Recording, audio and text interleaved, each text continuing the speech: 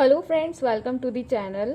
ये हम सर्जरी की दूसरी यूनिट शुरू करने जा रहे हैं, जो कि है गॉल ब्लैडर। सबसे पहले हमने ईसोफेगस कवर कर दी थी, उससे रिलेटेड जो भी इंपॉर्टेंट टॉपिक्स थे वो हमने अपलोड कर दिए हैं। अगर आपने नहीं देखे हैं तो आप हमारी सर्जरी की यूनिट में जाके देख सकते हैं।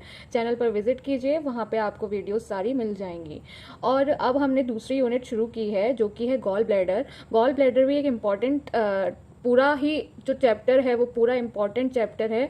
और इससे रिलेटेड जो भी टॉपिक्स हैं, जैसे कि गॉल स्टोन कैसे बनते हैं, उससे रिलेटेड जो भी डिसीजेज होती हैं वो भी इम्पॉर्टेंट हैं, जैसे कि कॉलिसिस्टाइटिस, जो कि बहुत बहुत बहुत इंपॉर्टेंट टॉपिक है।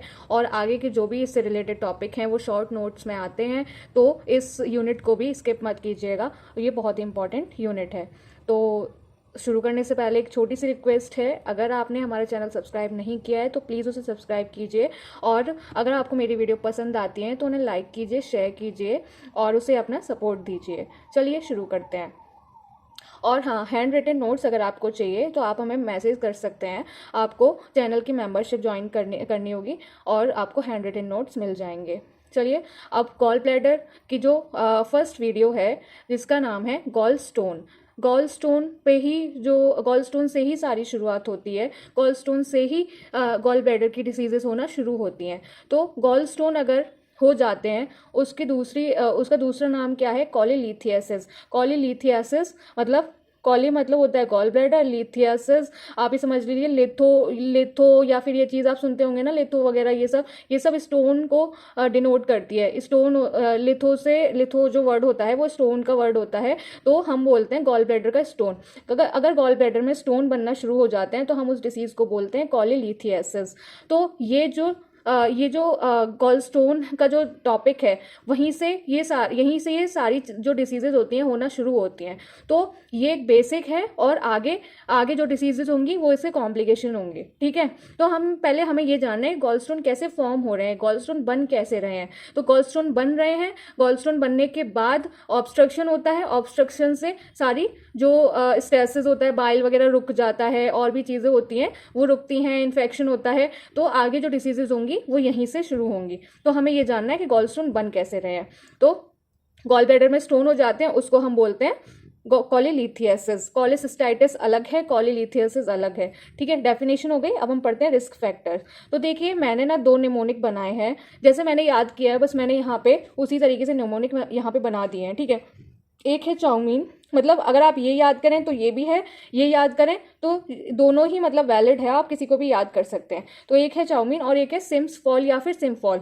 आपको ये ज़्यादा सही रहेगा, आप इसको याद कीजिएगा। ठीक है, चाउमीन, तो इसमें सी से होता है क्लोफाइब्रेट थेरेपी या कोलेस्ट्रल एस्टर्स। ठीक है, एस से है हाई कैलोरीज, हाई फैट और हिमोलिटिक अनीमिया। ओबेसिटी, ओ से हो गया ओबेसिटी, ओसीपी ऑक्ट्रियोटाइड। डब्ल्यू से हो गया वेट लॉस, एम से हो गया म्यूटेशन, ई से हो गया ईस्ट्रोजन, आई से हो गया आइलियल रिसेक्शन और इंक्रीज्ड एज, एन से हो गया टोटल पेरेंटल न्यूट्रिशन, मतलब न्यूट्रिशन वाला हो गया, तो टीपीएन होता है। ये कैसे हो रहा है हम वो आगे करेंगे, ये तो मैंने निमोनिक की वजह से साथ में लिख दिए हैं। ठीक है, इनकी डिटेल आगे है। अब हम आते हैं दूसरे निमोनिक पर, सिम्फॉल्स। ठीक है, सिम्सफॉल या फिर सिम्फॉल्स। रिस्क फैक्टर मतलब इतने अगर आप याद कर लेंगे काफ़ी हैं। और ये कैसे हो रहा है तो वो हम आगे डिस्कस करते हैं। सबसे पहले एस से हो जाएगा सैंड्स ट्राइड, जिसमें गॉलस्टोन, हाइटस हर्निया, डायवर्टिक लॉसेस, ये पूरा ट्राइड होता है। ठीक है, आई से हो गया इन्फेक्शन, बैक्टीरिया का इन्फेक्शन हो जाता है, एनारोब्स जो हैं वो यहाँ पे आके इन्फेक्शन शुरू कर देते हैं। एम से हो गया मेटाबॉलिक कॉजेज, जिसकी वजह से मतलब कुछ मेटाबॉलिज्म में गड़बड़ हो जाती है और कोलेस्ट्रॉल वहाँ इकट्ठा होना शुरू हो जाता है, तो उसकी वजह से मतलब स्टोन बनते हैं। पी से हो गया पैरासाइटिक इन्फेक्शन, एस से हो गया हेमोलिटिक अनीमिया, ए से हो गया अबनॉर्मल म्यूकस, एल से हो गया लाइफस्टाइल, एस से हो गया स्टेसिस। और यहाँ पे बाइल स्टेसिस होता है, मतलब बाइल का स्टेसिस होना शुरू हो जाता है, मतलब बाइल वहीं पे इकट्ठा होना शुरू हो जाता है। अब एक चीज़ आप सुनेंगे, जैसे ओबीज है, ओबेसिटी की हम यहाँ पे बात कर रहे हैं, ओबेसिटी यहाँ पे भी आया, लाइफस्टाइल फैक्टर्स आया। ठीक है, तो उसमें एक चीज़ आ जाती है ओबीज वुमेन, उसमें 5F यूज़ होते हैं। आप ये यूज़ कर सकते हैं गॉल ब्लैडर में, स्टमक में आप ये यूज़ कर सकते हैं। ठीक है, फैटी फर्टाइल फ्लैटुलेंट फीमेल इन 40s, तो 5F यहाँ पे आप यूज़ कर सकते हैं। और 5F से आप इसको याद कर सकते हैं, फैटी फर्टाइल फ्लैटुलेंट फीमेल इन 40s। 40 की एज में होता है, फैटी में होता है, फर्टाइल वुमेन होती है 40s, और फ्लैटुलेंट होती है, फीमेल होती है। ठीक है, तो अभी हम यहाँ पे पैथोजेनेसिस देखेंगे। पैथोजेनेसिस मतलब वही है कि रिस्क फैक्टर को हम यहाँ पे एलैबोरेट कर रहे हैं, ठीक है। तो पैथोजेनेसिस इसलिए नाम दे दिया है क्योंकि हम यहाँ पे उसके अंदर की चीज़ें पढ़ रहे हैं कि क्या कैसे हो रहा है।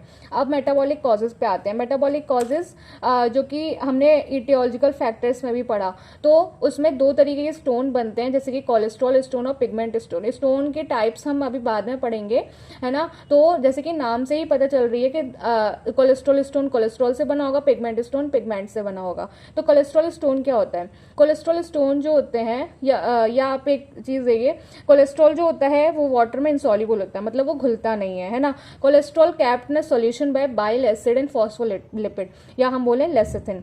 तो आप एक चीज़ समझिए कि ये यहाँ पे बाइल एसिड पड़ा हुआ है, ठीक है, बाइल एसिड और लेसिथिन पड़ा हुआ है।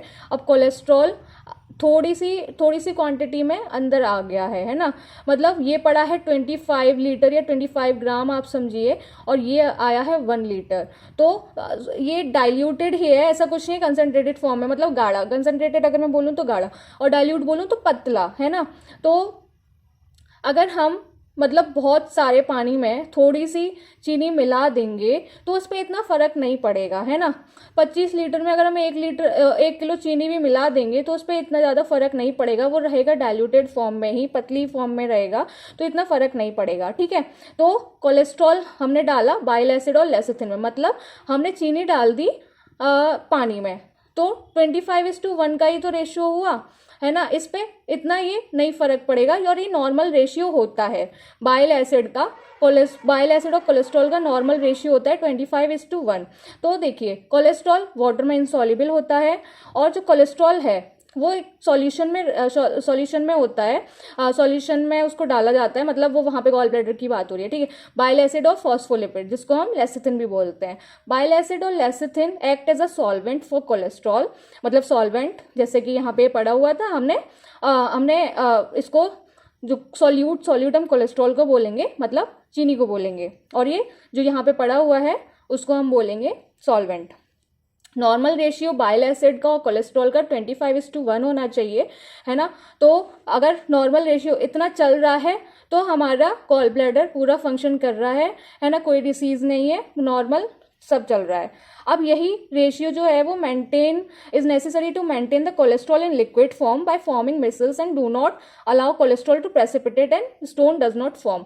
अब देखिए यहाँ पे पतला ही तो रहेगा। पानी में अगर हम 1 किलो चीनी भी मिला देते, 25 लीटर पानी में अगर हम 1 किलो चीनी भी मिला देते हैं तो ना वो गाढ़ा भी नहीं होगा, उसका कुछ भी नहीं वो बिगड़ेगा, ठीक है। तो ये लिक्विड फॉर्म में ही रहेगा। अगर ये रेशियो मेंटेन रहता है तो कोलेस्ट्रॉल जो है वो लिक्विड फॉर्म में ही रहता है, और जो कोलेस्ट्रॉल है वो प्रेसिपिटेट नहीं होगा, मतलब वो गाढ़ा नहीं होगा, नीचे आके इकट्ठा नहीं होगा, और स्टोन भी नहीं बनेगा। लेकिन अगर ये रेशियो बिगड़ जाता है, 13:1 होता है, अब 25 का बिल्कुल ही आधा हो जाता है ना, 13 हो जाएगा, और हम उसमें इतना मिलाते रहेंगे तो एक क्रिटिकल रेशियो हो जाएगा, ठीक है। तो मतलब वो एक गाढ़ा होना शुरू हो जाएगा। अब यहीं से हालत बिगड़ना शुरू हो जाती है, यहीं से कंडीशन खराब होना शुरू हो जाती है। अब कोलेस्ट्रॉल लेवल इंक्रीज हो रहा है, मतलब या बाइल एसिड डिक्रीज हो रहा है, कुछ ना कुछ तो बैलेंसिंग में दिक्कत आ रही है ना। अब यही अगर क्रिटिकल रेशियो चेंज हो जा रहा है, 13:1 अगर आ गया है या इससे और कम चला गया है, तो कोलेस्ट्रॉल जो है वो प्रेसिपिटेट होना शुरू हो जाएगा। अब यहाँ पे ये चीज़ और बढ़ती जा रही है, और यहाँ पानी कम होता जा रहा है, सिरप बढ़ती चली जा रही है, मतलब चीनी जो है वो बढ़ती चली जा रही है। तो वो एक तरीके से चाशनी ही तो बन जाएगी, मतलब वो गाढ़ी हो जाएगी, तो प्रेसिपिटेट होना शुरू हो जाएगा। मतलब हमें वो गाढ़ा ही तो नहीं करना, क्योंकि फिर स्टोन बन जाएगा, है ना। तो cholesterol get precipitated and stone formation occur. अब वो गाढ़ा होने का मतलब है कंसनट्रेटेड, है ना। तो कंसनट्रेटेड बाइल हो जाएगा वो, क्योंकि अब कोलेस्ट्रॉल ज़्यादा होता जा रहा है और बाइल एसिड कम हो रहा है। तो concentrated bile is known as supersaturated bile और लिथोजेनिक बाइल। लिथो का वर्ड है स्टोन, हमेशा याद रखना, है ना। तो ये थी आपकी कोलेस्ट्रॉल स्टोन कैसे बन रहा है। अगर आपको वैसे तो सब इसमें लिखा ही हुआ है, नहीं समझ में आए तो आप इसको एक बार शुगर और वाटर का वो एग्जाम्पल लेके हमेशा चलना, ठीक है। अब आते हैं पिगमेंट स्टोन पे। पिगमेंट स्टोन को हम बिलिरुबिन स्टोन भी बोलते हैं और ये एग्जाम्पल होता है हिमोलिटिक अनीमिया का, जो कि हमने अभी रिस्क फैक्टर में भी देखा है। अब ये कौन सी डिजीजेज में मिलता है हिमोलिटिक की कंडीशन, कौन सी डिजीजेज में मिलती है? Heredity, spherocytosis, sickle cell anaemia, ये सब है ना। अब जो पिगमेंट स्टोन होता है वो कैल्शियम बिलिरुबिनेट का बना हुआ होता है और ये 20% मतलब जो जितने सारे गॉल स्टोन है, गॉल ब्लैडर के स्टोन है, उसमें केवल ये 20% ही होते हैं, ज़्यादा नहीं होते। कोलेस्ट्रॉल स्टोन सबसे ज़्यादा होता है। अब क्या है, जो पिगमेंट स्टोन होते हैं वो ब्लैक और ब्राउन होते हैं। ब्लैक जो होते हैं वो एक्सेसिव हिमोलिसिस की वजह से हो जाते हैं। अब क्या होता है कि हिमोलिसिस हो रही होती है तो मतलब आरबीसी टूट रही होती है। आरबीसी टूट रही होगी तो जैसे कि मैंने जॉन्डिस वाली वीडियो में बताया, अगर आपने वो वीडियो ना देखी हो तो आप एक बार देख लेना, है ना। उसमें मैंने बताया कि बिलिरुबिन का प्रोडक्शन ज़्यादा होता है हिमोलिसिस की कंडीशन में, है ना। और उसमें जो अनकंजुगेटेड बिलिरुबिन है वो जो बढ़ जाता है। और बढ़ क्यों जाता है? क्योंकि वो ग्लूक्यूरोनिक एसिड के साथ नहीं वो कंजुगेट हो पाता, मतलब मिलके आगे का फर्दर मेटाबॉलिज्म होता है वो उसके साथ नहीं हो पाता है और वो अनकंजुगेटेड बिलिरुबिन में ही रह जाता है ना, यूसीबी में ही रह जाता है और वो बढ़ता चला जाता है। बढ़ता चला जाएगा तो क्या होगा, जो अनकंजुगेटेड बिलिरुबिन है वो इतना सॉल्युबल नहीं है, वो वहाँ पे नहीं घुल मिल पाता है और उसका प्रोडक्शन भी बढ़ता चला जाता है ना। और अब इतना प्रोडक्शन बढ़ता चला जाएगा तो वो इतना मेटाबोलाइज भी नहीं हो पाएगा, तो और वो बाइल में एक्सक्रीट होता है और वो कैल्शियम बिलिरुबिनेट स्टोन बनाता है ना। तो जिसकी वजह से क्या होता है कि मतलब पिगमेंटेड स्टोन बनते हैं। और किस कंडीशन में बनते हैं? हिमोलिटिक अनीमिया की कंडीशन में। अब हमने वहाँ पे दो कंडीशन पढ़ी कि या तो कोलेस्ट्रॉल बढ़ रहा है या बाइल एसिड कम हो रहा है, ठीक है। तो कोलेस्ट्रॉल कौन कौन सी कंडीशन में बढ़ रहा है? कोलेस्ट्रॉल रिच डाइट में, जिसमें क्या हो रहा है कि है ना, उसमें कोलेस्ट्रॉल सीक्रेशन बढ़ रहा है। अगर हम कोलेस्ट्रॉल रिच डाइट लेंगे तो ऑब्वियसली हमारी बॉडी में ज़्यादा कोलेस्ट्रॉल बनेगा। ओबेसिटी में, क्लोफाइब्रिड थेरेपी में, उसमें भी कोलेस्ट्रॉल ज़्यादा बनता है, ठीक है। ईस्ट्रोजन में और ओरल कंट्रासेप्शन में, जिसमें क्या होता है कि decrease conversion of cholesterol to cholesterol esters, इसमें भी कोलेस्ट्रॉल बढ़ जाता है ना। अब क्या है, वेट लॉस और डायबिटीज़ मेलाइटिस की कंडीशन में कोलेस्ट्रॉल बढ़ता है। अब बाइल एसिड या लेसिथिन कौन सी कंडीशन में कम होते हैं? Primary biliary cirrhosis, oral contraceptive pills, mutation जो कि हमने रिस्क फैक्टर में भी पढ़ा था, कौन सी जीन का म्यूटेशन होता है? जेनेटिक कंडीशन है ये, CYP7A1 जीन का म्यूटेशन हो जाता है। आइलियल रिसेक्शन, गैस्ट्रिक रिसेक्शन, गैस्ट्रेक्टोमी में, है ना, आइलियल डिसीज में, जैसे कि क्रोन्स डिसीज। अब हमने उसमें पढ़ा था रिस्क फैक्टर में इन्फेक्शन मोस्ट कॉमन कॉज होता है ना, मतलब बैक्टीरिया भी इन्वॉल्व होता है और responsible for gallstone in 80%। Infection अगर हो जाता है, मतलब ये जो कंडीशन है इन्फेक्शन वाली मोस्ट कॉमन कॉज है और 80% कंडीशन में, मतलब अगर इन्फेक्शन हो जाता है तो 80% चांसेस हैं गॉलस्टोन बनते ही बनते हैं ना। ऑर्गेनिज्म कौन कौन से होते हैं? इकोलाई, प्रोटियस, एनारोब्स, स्ट्रेप्टोकोकाई, है ना। ये गॉल ब्लैडर में जाते हैं ब्लड स्ट्रीम से, मतलब पोर्टल सिस्टम से जाते हैं और ये वहाँ पे एक नाइडस बनाते हैं। नाइडस मतलब एक एरिया बनाते हैं जो कि प्रोन होता है कि वहाँ पे ना कोलेस्ट्रॉल और बाइल जो है वो प्रेसिपिटेट हो जाए, है ना। नाइडस का मतलब यही होता है कि एक एरिया जिसपे क्या है कि जैसे अब इन्फेक्शन से यहाँ पे कोलेस्ट्रॉल की बात चल रही है तो वो एक ऐसा एरिया बना देंगे कि यहाँ पे ना कोलेस्ट्रॉल का प्रेसिपिटेशन शुरू हो जाएगा। वैसे वो जगह एकदम हेल्दी है, लेकिन ये लोग जाके उस जगह को ऐसी जगह बना देंगे कि यहाँ पे है ना प्रेसिपिटेशन शुरू हो जाएगा। नाइडस यही होता है ना, nidus around which cholesterol and bile stone get precipitated, तो वहाँ पे वो इकट्ठा होना शुरू हो जाएंगे और प्रेसिपिटेट होना शुरू हो जाएंगे। उससे क्या होगा कि कोलेस्ट्रॉल मोनोहाइड्रेट, मतलब एक कोलेस्ट्रॉल की सिंपलेस्ट फॉर्म है और वो यूनाइट करते करते बड़े क्रिस्टल बनाती चली जाएगी, ठीक है। तो बड़े क्रिस्टल बनाती चली जाएगी और वो स्टोन बन जाएगा। तो ये होता है इन्फेक्शन में, मतलब इस तरीके से स्टोन बनते हैं। अब आते हैं बाइल स्टेसिस या hypomotility of the gall bladder. Hypomotility मतलब मोटाइल, जो मतलब बाइल जो वो होना चाहिए, मूव होना चाहिए, वो नहीं हो रहा है, मतलब बाइल की स्टेसिस हो जा रही है, बाइल वहीं पे रुक जा रहा है। तो ये कौन सी कंडीशन में होता है? प्रेगनेंसी, प्रोलॉन्ग टीपीएन, मतलब टोटल पेरेंटल न्यूट्रिशन। तो इसका मतलब ये फूड से रिलेटेड तो यही है कि अगर फूड स्टमक में नहीं होगा तो कंसनट्रेटेड बाइल नहीं होगा, ठीक है। ब्रंकल fasting, no food, no concentrated bile, drug कौन सी होती है, ऑक्ट्रेटाइड, सर्जरी और बर्न। तो बाइल स्टेसिस की ये कंडीशंस होती है। इन कंडीशंस में बाइल वहीं की वहीं रुका रह जाता है और प्रेसिपिटेट होता है। ठीक है, अब क्या है, प्रेसिपिटेशन का एक कॉज होता है ना पैरासाइटिक इन्फेक्शन। पैरासाइटिक इन्फेक्शन में क्लोनोर्किस साइनसिस जो कि है ना बिलियरी ट्री में वो बनाती है स्टोन, एस्कैरियासिस जो कि सीबीडी में स्टोन बनाती है। अब आते हैं type of the gall stone. Gall stone जो होते हैं उसके तीन टाइप होते हैं। वैसे तो मेन जो होते हैं कोलेस्ट्रॉल और पिगमेंट ही होते हैं, लेकिन मिक्स्ड भी होते हैं। ठीक है, तो कोलेस्ट्रॉल जो होते हैं 90% कोलेस्ट्रॉल कंटेंट होता है उसमें, सॉलिटरी होते हैं, और फैटी वुमेन जो है वो उसमें अफेक्ट होती है, और ये एसेप्टिक बाइल होता है, स्टेराइल बाइल होता है। ठीक है, ये जो है वो अनस्टेराइल है, मतलब ये सेप्टिक वाले हैं, है ना। पेल येलो रेडियोलुसेंट, ये इनका कलर जो होगा पेल येलो होगा, रेडियोलुसेंट होगा। Precipitation of cholesterol give rise to the stone, जो कि हम मेटाबॉलिज्म में पढ़ चुके हैं। ठीक है, अब आते हैं पिगमेंट स्टोन पे। पिगमेंट स्टोन जो होते हैं वो ब्लैक और ब्राउन होते हैं। ब्लैक जो होते हैं कैल्शियम बिलिरुबिनेट स्टोन, मतलब वो उसके बने हुए होते हैं, और ये हेमोलिटिक कंडीशन में होते हैं, वो सब हम पहले ही बता चुके हैं। ठीक है, ब्लैक कलर के होंगे multiple small irregular concentration, example G6PD deficiency, hereditary spherocytosis, sickle cell anaemia, इन कंडीशन में होते हैं, जो कि मेटाबॉलिज्म में हम बता चुके हैं। कंपोजिशन क्या होता है, insoluble bilirubinate pigment, bilirubin pigment polymer of calcium phosphate और कैल्शियम बाइकार्बोनेट। इसमें जो होता है bacteria plays a major role to play in formation of pigment stone. ठीक है, तो क्या है कि इसमें मतलब जैसे कि मैंने बताया अनस्टेराइल बाइल होता है, स्टेराइल बाइल होता है, तो बैक्टीरिया के यहाँ पे बहुत मेजर रोल मतलब मेजर रोल होता है ना। अब ब्राउन पिगमेंट स्टोन जो होते हैं वो it can be formed in infected bile और सीबीडी, रेयरली इन गॉल ब्लैडर। सीबीडी में बनता है। ठीक है, सीबीडी में ये जो ब्राउन स्टोन होते हैं सीबीडी में बनते हैं, जो कि एस्कैरियोसिस की कंडीशन भी होती है। अब क्या है, कंपोजिशन क्या है, हम इसको बीएसपी से याद रखेंगे। बीएसपी मतलब कैल्शियम बीएसपी और कोलेस्ट्रॉल, इससे हम याद रखेंगे। तो बी से होता है बिलिरुबिनेट, एस से होता है स्टेरेट और पी से होता है पामिटेट। तो कंपोजिशन क्या है इसका, बीएसपी से हम याद रखेंगे, बीएसपी बिलिरुबिनेट, स्टेरेट और पामिटेट, और इसमें कोलेस्ट्रॉल भी हम ऐड कर देंगे। और ये किससे होता है, क्लोनोर्किस, एस्कैरियासिस और कोलेंजाइटिस। हमने यहाँ पे पढ़ा था ब्राउन पिगमेंटेड स्टोन इसी के बनने होते हैं, और ब्लैक किसके बनने होते हैं, हेमोलिटिक कंडीशन। हमेशा याद रखेंगे ब्लैक जो होता है हेमोलिटिक कंडीशन की वजह से होता है ना। अब जैसे कि मैंने बताया शुरू में ही कि स्टोन जो है वो गॉल ब्लैडर की डिसीजेस का एक मेजर कॉज है, एक कारण है कि हाँ अगर है ना स्टोन बन रहे हैं तो आगे की डिसीजेस शुरू हो जाएंगी।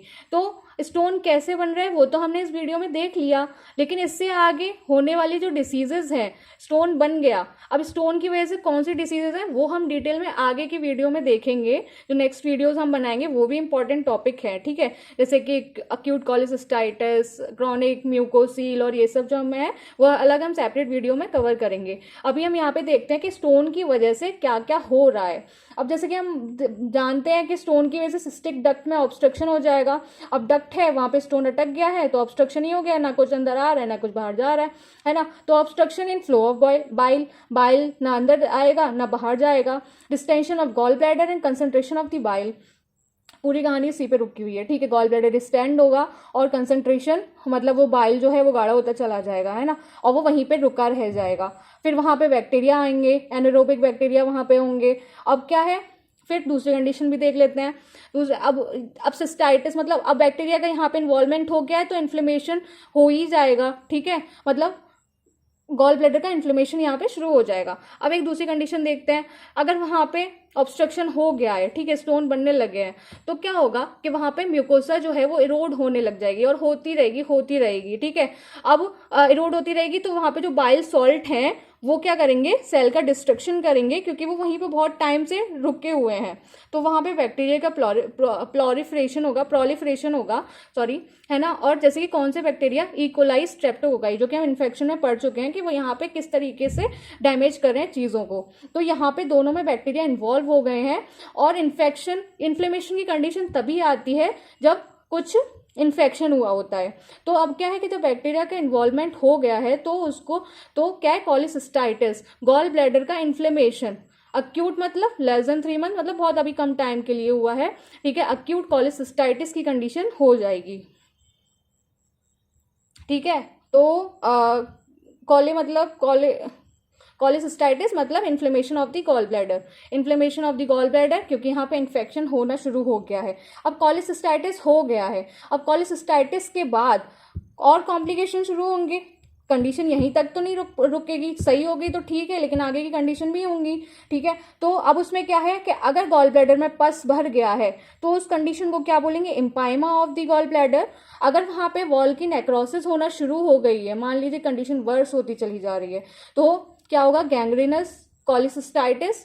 अगर वहाँ पे गॉल ब्लैडर की वॉल का परफोरेशन होना शुरू हो गया है, ठीक है, जो कि सेकेंड वीक तक होने शुरू हो जाता है, तो उसको हम बोलेंगे, तो उसमें लोकल एब्सेस डिफ्यूज बाइलियरी पेरिटोनाइटिस की कंडीशन हो जाएगी।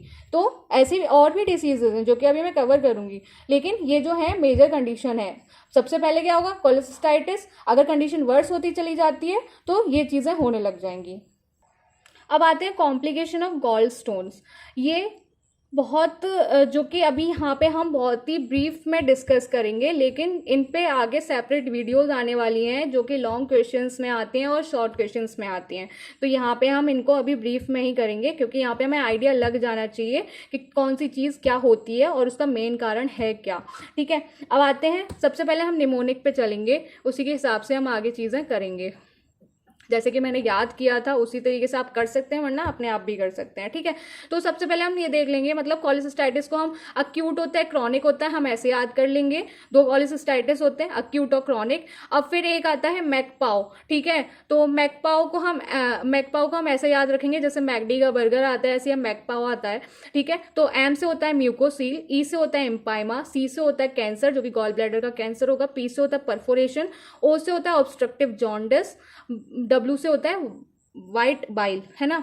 अब क्या है, गॉल स्टोन। गॉल स्टोन हम यहाँ पे 3 देखेंगे, क्योंकि हम कॉम्प्लिकेशन सारे इसी में कवर कर लेंगे इस वाले निमोनिक में। तो गॉल स्टोन यहाँ 3 टाइप के होते हैं, ileus gall stone, pancreatitis gall stone और कोलिक गॉल स्टोन। और सीवीडी स्टोन होता है, मतलब आप इसको लिख सकते हैं, नहीं भी लिख सकते हैं।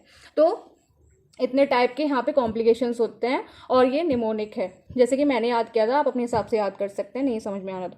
देखिए अब क्या है, अक्यूट कॉलिसिस्टाइटिस। तो इसमें क्या है, इन्फ्लेम्ड एडिमेटस वॉल, स्टोन यहाँ पे हो गया है और इसकी वॉल जो है यहाँ पे इन्फ्लेमेशन हो गया है। क्रॉनिक कॉलिसिस्टाइटिस, कॉन्ट्रैक्टेड थिकन्ड वॉल, और जो है वो मतलब जो इसकी वॉल है और थिक हो गई है, ठीक है, यहाँ अंदर गॉल स्टोन है। इम्पाइमा में पस भर गया है, ठीक है, ये अंदर गॉल स्टोन है। अब म्यूकोसील, इसमें गॉल ब्लैडर में म्यूकस भर गया है। अब कैंसर में बहुत सारी गॉल स्टोन है ना, बहुत सारी चीज़ें हो जाएंगी, हेमाटोजेनिक स्प्रेड हो जाएगा, 50 चीज़ें हो जाएंगी, ठीक है। कैंसर में परफोरेशन, यहाँ पे परफोरेशन हो गया है वॉल का, है ना, गॉल स्टोन कोलिक। सीवीडी में स्टोन आ गया है, ऑब्स्ट्रक्टिव जॉन्डिस हो सकता है। कॉमन हेपेटिक डक्ट में स्टोन है, ठीक है, तो वाइट वाइल हो सकता है। अब गॉल स्टोन पैंक्रेटाइटिस, मतलब जो पैंक्रियाज और उसके जो पैसेज में है वहाँ पे गॉलस्टोन हो गया है, उससे रिलेटेड कॉम्प्लिकेशंस हो जाएंगे। और गॉलस्टोन आइलियस में गॉलस्टोन हो गया है। तो जहाँ ट्रैक्ट है, ट्रैक्ट्स में ऑब्स्ट्रक्शन हो रहे हैं, गॉल ब्लैडर में इन्फ्लेमेशन हो रहे हैं, तो गॉल स्टोन की वजह से कितनी सारी दिक्कतें हो रही हैं, ये हम पढ़ेंगे आगे की वीडियोज़ में। तो अभी जैसे मैंने बताया, तो गॉल स्टोन क्या क्या अफेक्ट कर सकता है गॉल ब्लैडर में, कॉमन बाइल डक्ट में। अगर गॉल ब्लैडर में फंस जाएगा तो फिर है ना क्या क्या कंडीशंस होंगी। एक तो एसिम्प्टोमेटिक गॉल स्टोन, फ़र्क ही नहीं पड़ेगा, मतलब जब कोई ऑपरेशन होगा तब जाके पता चलेगा कि हाँ गॉल स्टोन्स हैं। Acute cholecystitis, chronic cholecystitis, mucocele gall bladder, empyema gall bladder, gangrenous cholecystitis, gall bladder perforation, cholecystoenteric fistula, carcinoma of gall bladder, जो कि मैंने आपको डायग्राम में सारे बता दिए हैं। अब क्या है, सीबीडी में क्या उसका अफेक्ट होगा, अगर सीबीडी में स्टोन फंस जाते हैं तो ऑब्स्ट्रक्टिव जॉन्डिस हो सकता है, कोलिंजाइटिस की कंडीशन हो सकती है। पैंक्रियाज में भी अगर जाके फंसता है, अक्यूट पैंक्रेटाइटिस, क्रॉनिक पैंक्रेटाइटिस हो सकता है। अगर वो गॉलस्टोन किसी भी तरीके से स्मॉल इंटेस्टाइन में पहुंच जाता है तो वो गॉलस्टोन आइलियस भी हो सकता है उससे, ठीक है। तो गॉलस्टोन से इतनी सारी डिसीजेज हो रही हैं। अब वही सेम चीज़ मैं आपको डायग्राम में बता देती हूँ। वैसे तो सब जो मैंने बताया है वो एक ही चीज़ है, लेकिन अब डायग्राम की हेल्प से और बता देती हूँ। देखिए जहाँ पे जो लिखा है वो चीज़ देखिएगा। तो यहाँ पे ऑब्स्ट्रक्शन ऑफ सिस्टिक डक्ट, मतलब ये गॉल ब्लैडर की नेक पे जो है वहाँ पे स्टोन फंस गया है, तो उससे क्या क्या कंडीशन हो रही है, म्यूकोसील ऑफ गॉल ब्लैडर, अक्यूट कॉलिसिस्टाइटिस, इम्पाइमा और रप्चर ऑफ गॉल ब्लैडर। अगर नेक में स्टोन फंस जाता है गॉल ब्लैडर की तो ये 4-5 कंडीशन हो सकती है ना, इसके कॉम्प्लिकेशन हो सकते हैं। अगर गॉल ब्लैडर में ही स्टोन्स हैं तो अक्यूट कॉलिसिस्टाइटिस हो सकता है। अब आप वहाँ पे देखिए कॉमन बाइल डक्ट में अगर वो फंस गया है, ठीक है, तो क्या होगा, पोस्ट इन्फ्लेमेटरी स्ट्रक्चर, फाइब्रोसिस। अगर कॉमन बाइल डक्ट में ऑब्स्ट्रक्शन हो गया है, स्टोन फंस गया है, तो बाइलरी कोलिक हो जाएगा और पैंक्रेटाइटिस की कंडीशन हो सकती है, कोलेंजाइटिस, ऑब्स्ट्रक्टिव जॉन्डिस, जो कि पहले ही हमने बता दिया, बस ये डायग्राम की हेल्प से आपको क्लियर कर रहे हैं। अब पैंक्रियाज में जाके देखिए नीचे की तरफ, जहाँ से मैंने डायग्राम में बताया था हैंडमेड में, तो वहाँ पे अगर स्टोन फंस रहा है तो अक्यूट और क्रोनिक पैंक्रेटाइटिस हो रहा है। अब आप इंटेस्टाइन में चले जाइए, इंटेस्टाइन की तरफ आप नीचे देखेंगे तो वहाँ पे इंटेस्टाइन के पैसेज में स्टोन फंस रहा है तो वहाँ पे गॉलस्टोन आइलियस हो जाएगा, और इधर आप देखिए फिस्चुला फॉर्मेशन भी हो रहा है। तो ये मैंने आपको डायग्राम की हेल्प से क्लियर कर दिया है। अब हम आगे मेन वीडियोस जाके पढ़ेंगे। तो यहाँ पे ये वीडियो ख़त्म करते हैं हम, और मैंने पूरी कोशिश की है कि आपको इसका एक रिव्यू हो जाए कि हाँ ये एक्चुअली चीज़ क्या है और हम आगे क्या पढ़ने वाले हैं। तो यहीं पे हम वीडियो ख़त्म करते हैं। हेल्पफुल लगे तो आप वीडियो को सपोर्ट करना, चैनल को सब्सक्राइब करना। Thank you so much.